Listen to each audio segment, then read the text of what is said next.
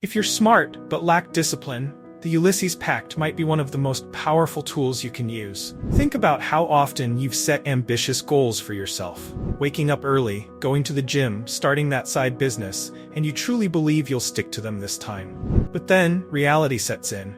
The alarm goes off at 5 a.m. and suddenly your bed feels warmer than ever. The gym seems too far away, and the business idea?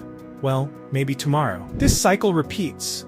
Not because you're lazy or unmotivated, but because you're relying on willpower alone. The problem with willpower is that it's fleeting. It's strong in the moment when you make the plan, but when you face temptation or fatigue, it tends to crumble. This is where the Ulysses Pact becomes a game changer. It takes the burden off your shoulders and creates a structure that prevents you from failing. Imagine if instead of relying on your future self to make the hard choices, you could design your environment in a way that makes success inevitable. It's like setting up guardrails that keep you on track, no matter how much you might want to veer off course.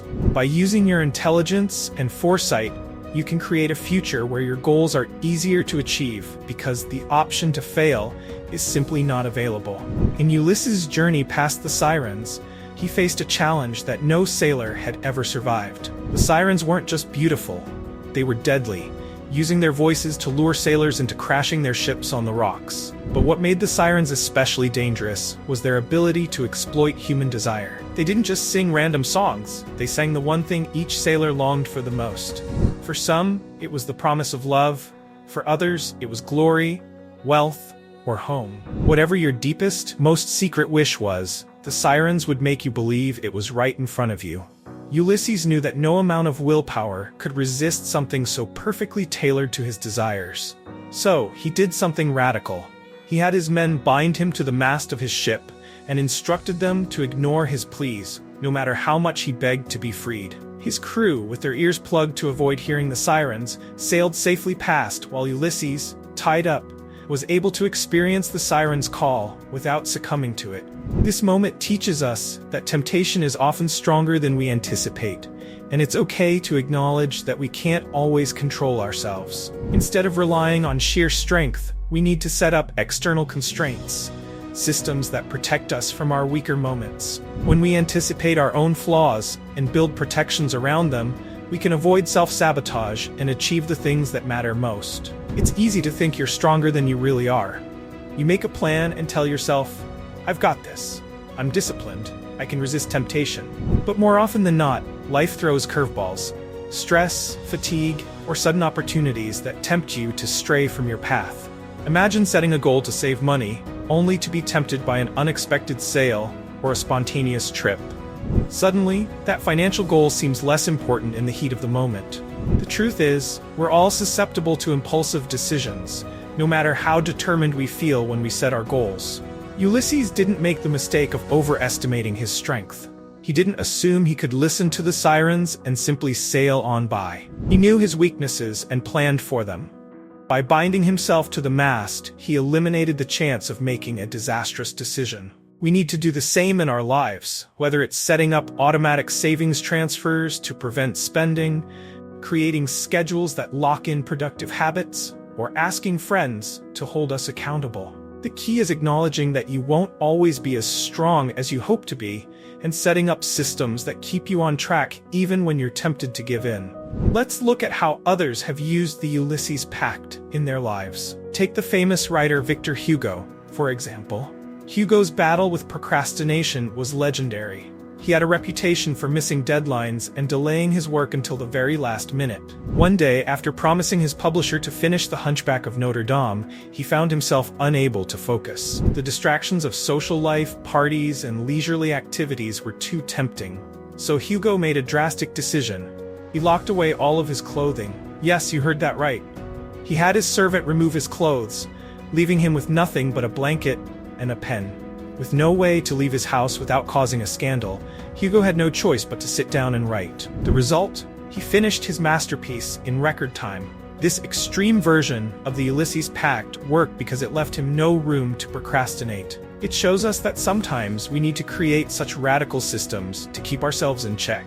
Modern distractions may not require locking away our clothes, but we do need to recognize the hold that distractions have on us. Whether it's limiting screen time, blocking certain websites, or creating specific work environments, the lesson is clear.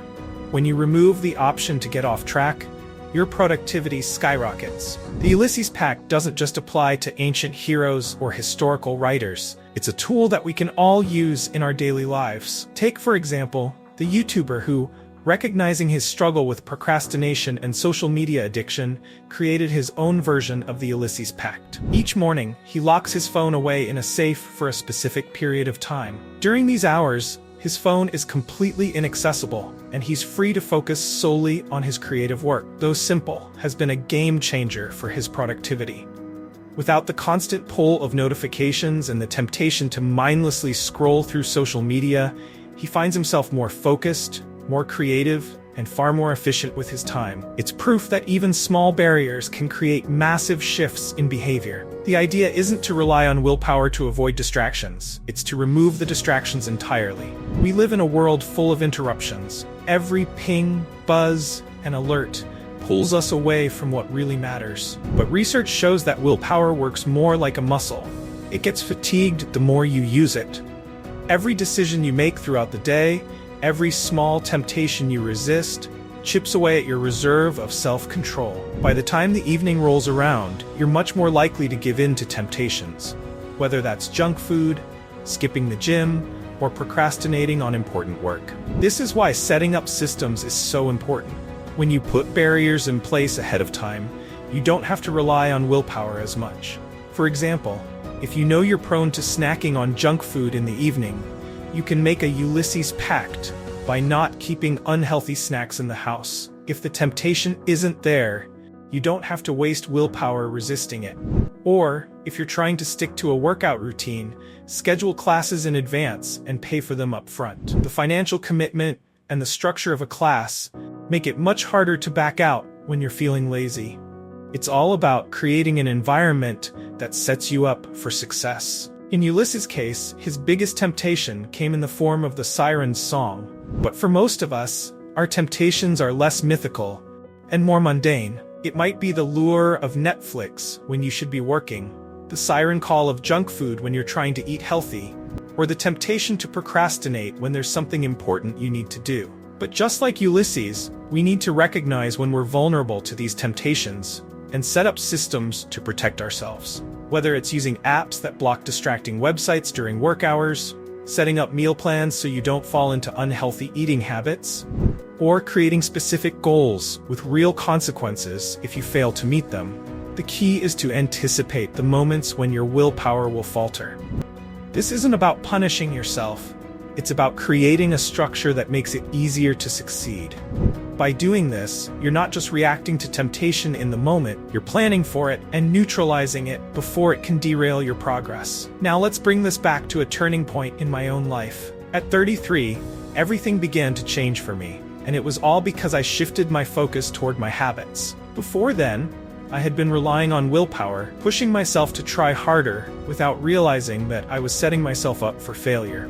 It was only after reading Atomic Habits that I truly understood the power of systems over sheer effort. And honestly, it frustrates me that I didn't discover this sooner. If I had known in my 20s what I know now, I would have had such an advantage.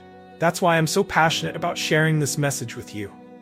If you're in your 20s, or even your early 30s, you have an incredible opportunity to get ahead by focusing on your habits now. By taking control of your environment and setting up systems that align with your goals, you can unlock a level of success that most people never reach. As we wrap up, I want to leave you with this. Willpower is overrated, and smart people know that. It's not about being strong enough to resist temptation. It's about setting up your life in a way that you don't need to rely on willpower in the first place.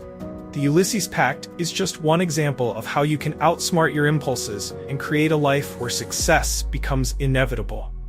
So, take a moment to think about your goals and where you've been falling short. Then ask yourself, how can I design my life to make achieving these goals easier? Once you start thinking this way, you'll realize that success isn't as hard as it seems. It's all about setting up the right systems. If you enjoyed this video, don't forget to hit the like button, subscribe for more content like this, and share your thoughts in the comments below. What's your biggest temptation? And how do you plan to overcome it? Let's keep the conversation going. Thanks for watching, and I'll see you in the next video.